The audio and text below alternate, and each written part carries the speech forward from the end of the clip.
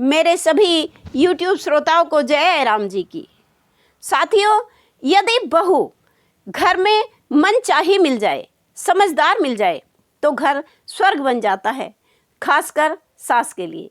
एक कहानी जो मुझे आपके साथ साझा करनी है और मैं चाहती हूँ कि इस कहानी में मेरे साथ आप अंत तक बने रहें। बहू कहती है, मम्मी जी 4 बज गए हैं, आपको कीर्तन में नहीं जाना क्या? जाना तो है बहू, लेकिन 5 बजे तेरे पापा को चाय बनाऊंगी, उसके बाद चली जाऊंगी। मम्मी जी, क्या मुझे चाय बनानी नहीं आती? अरे नहीं बहू, वो बात नहीं है। अभी तो तू किचन से निकली है, थोड़ा आराम कर ले, कहाँ बीच में उठेगी। अब प्रमिला जी अपनी सफाई देते हुए कहने लगी। तो बहू कहती है, मम्मी मैंने रोटियां ही तो बनाई हैं सिर्फ, बाकी तो सारा काम आपने किया ही है, उसमें मुझे कैसे थकावट हो सकती है। आप निश्चिंत होकर जाइए, मैं पापा जी को समय पर चाय अवश्य दे दूंगी। साधना ने मुस्कुराते हुए कहा। मैं भी कुछ थकी हुई सी हूँ, सोच रही हूँ ना ही जाऊँ, प्रमिला जी अनमने ढंग से कहने लगी। अपनी सास के उतरे हुए चेहरे को देखकर साधना को समझ में आ गया कि बात कुछ और है। वह अपनी सास के पास बैठकर प्यार से कहती है, मम्मी जी वैसे तो आप कहते हो कि मैं आपकी बेटी जैसी हूँ, लेकिन देख रही हूँ कि बस कहने भर को हूँ। नहीं बहू, तू सचमुच मेरी ही बेटी है, प्रमिला जी ने उसके सिर पर हाथ रखते हुए कहा। अच्छा तो सच सच बताओ कि आप क्यों नहीं जा रही कीर्तन में? कल से तो आप वहाँ गाने के लिए कितने भजन याद करने लगी थी, और आज आप मना कर रही हो।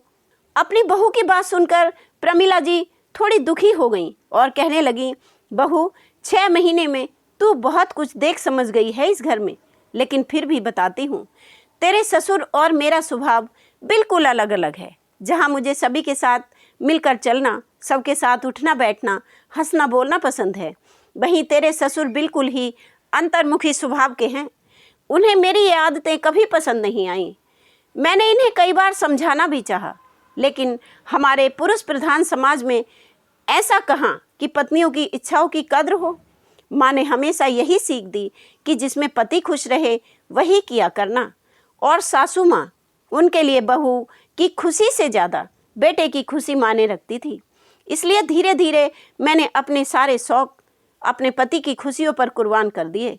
हाँ, बस एक शांति मेरे मन में थी कि तेरे ससुर मेरे खाने पीने और ओढ़ने पहनने का बहुत ध्यान रखते थे। मुझे कुछ भी चाहिए होता था तो बस कहने भर की देर थी, लाकर तुरंत हाजिर कर दिया करते थे। उम्र के साथ मेरे घुटने भी जवाब देने लगे थे, लेकिन ये तेरे ससुर की सेवा पानी का ही असर है कि मैं अब भी अपने पैरों पर चल फिर पा रही हूँ। बहू, बस मैंने इसी में संतोष कर लिया है। दुनिया में सभी को मनचाहा तो नहीं मिलता ना, फिर मुझे ईश्वर ने बहुत कुछ दिया है, उसका धन्यवाद है। साधना की सास ने घड़ी की तरफ देखा और ठंडी आह भर ली। ये तो आपने सही कहा मम्मी, ईश्वर ने हमें जो कुछ दिया है उसका शुक्राना तो हमें हर समय करना ही चाहिए। फिर भी आपको इतना अच्छा अवसर मिला है, और वैसे भी पापा जी आज अपने दोस्तों के घर गए हुए हैं, कह रहे थे कि 6-7 बजे तक वापस आएंगे, तब तक तो आप भी वापस आ जाओगी ना मम्मी? वैसे कौन से मोहल्ले में आप जाएंगी, और आप क्या गप्पे मारने थोड़ी जा रही हो, भगवान का नाम लेने ही तो जा रही हो। चले जाओ, मन में चिंता मत करो। साधना उन्हें उत्साहित करते हुए कहने लगी। प्रमिला जी को मन तो बहुत था, बहू के समझाने पर उनमें थोड़ी सी हिम्मत आ गई और वे ये सोचकर घर से निकल गईं कि पूरा समय नहीं बैठेंगी, जल्दी ही माथा टेकेंगी और वापस आ जाएंगी। साधना भी अपनी सास के जाने के बाद थोड़ा सा आराम करने के लिए लेट गई, लेकिन उसे 1 घंटा भी नहीं हुआ था कि दरवाजे की घंटी बजी। देखा, सामने उसके ससुर खड़े थे। देखकर एक बार तो वह घबरा गई, लेकिन फिर उसने खुद को थोड़ा सा सामान्य कर लिया। घड़ी में देखा 5:30 बजने को थे। पापा जी, जब तक आप फ्रेश होकर आइए मैं आपके लिए चाय बना देती हूँ। बहू, तुम थोड़ा आराम करो, चाय तुम्हारी सास बना देगी। पापा जी, मैं आराम ही तो कर रही थी, और वैसे भी दोपहर से मम्मी जी की तबीयत ठीक नहीं है, दवाई लेकर थोड़ी देर पहले ही वे लेट गई हैं, उन्हें जगाना ठीक नहीं है। क्यों, क्या हो गया? मुझे फ़ोन क्यों नहीं किया?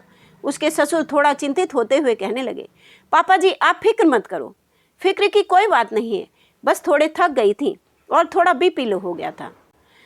सुनकर प्रमिला जी के पति ने थोड़ी सी राहत की सांस ली। जब तक वह फ्रेश होकर आए, साधना ने चाय बनाकर रख दी। अपने ससुर को चाय देकर वह भी वहीं बैठ गई। पापा जी, आज आप अपने दोस्तों के पास गए थे, कैसी रही आपकी मुलाकात? बस बेटा, दोस्तों के साथ मुलाकात का मतलब है खुशियों की सौगात, थोड़े हंसी ठिठोले की सौगात। आज मैं अपने बचपन के दोस्तों के पास गया था और वहां जाकर सरप्राइज हो गया। वहां तो मेरे स्कूल कॉलेज की पूरी मंडली जमा थी। फिर तो बचपन, स्कूल, कॉलेज के जो किस्सों की शुरुआत हुई ना, उसमें समय का पता ही नहीं चला। सच में अपने यार दोस्तों से मिलकर जीवन में फिर से जोश भर जाता है। और सबके साथ मिलकर आज अतीत की गलियों में पहुंचकर जो खुशी मिली, मैं तुम्हें बता नहीं सकता। ऐसी ही मुलाकातें महीने में एक आध बार हो जाए ना, तो हम बूढ़ों को दवाइयों की जरूरत शायद ना पड़े। कहते हुए प्रमिला जी के पति की आंखें चमक उठी। पापा जी, आप बिल्कुल ठीक कह रहे हैं।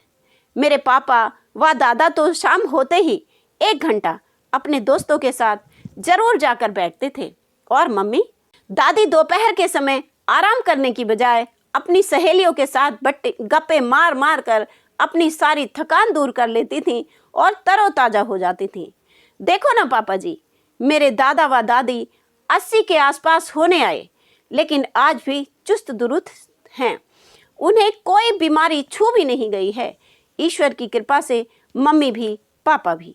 और मुझे लगता है कि इसका कारण सामाजिकता भी है। जब हम अपने दोस्तों से, रिश्तेदारों से मिलते हैं ना, उन्हें अपने सारे सुख दुख बताते हैं ना, उनसे सलाह करते हैं, तो आधी बीमारियां तो अपने आप चली जाती हैं।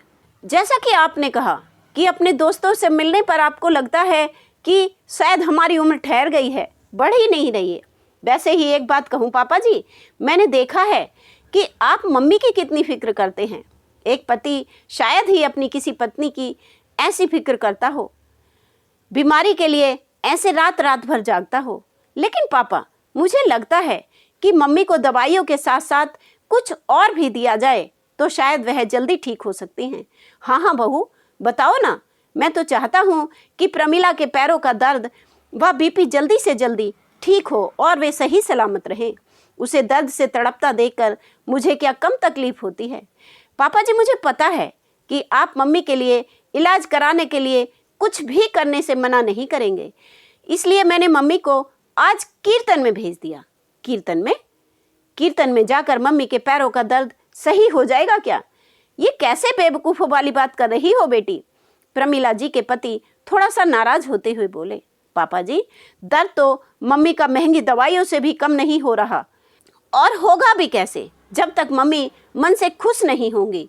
कोई भी दवा अपना असर नहीं दिखा सकेगी। और मम्मी जी की खुशियों का गला तो आपने उनके इस घर में आते ही घोट दिया था, और उन्होंने भी अपनी खुशियों के लिए अपने सारे शौकों को तिलांजलि दे दी।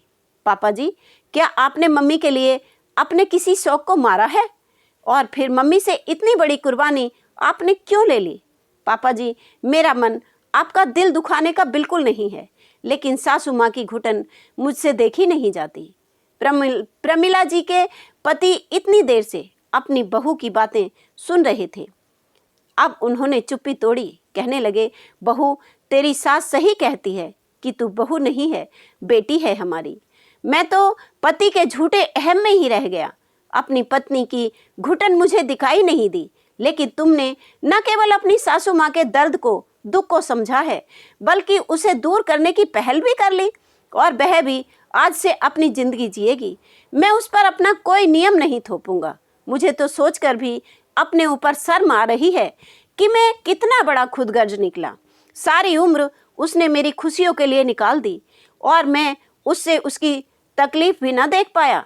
आज सच्चाई को जानने के बाद मैं उससे कैसे आंखें मिलाऊंगा? प्रमिला जी के पति उदास होते हुए कहने लगे, इसमें उदासी की कौन सी बात है पापा? चश्मा हटाकर आंखें चार करना मुझसे।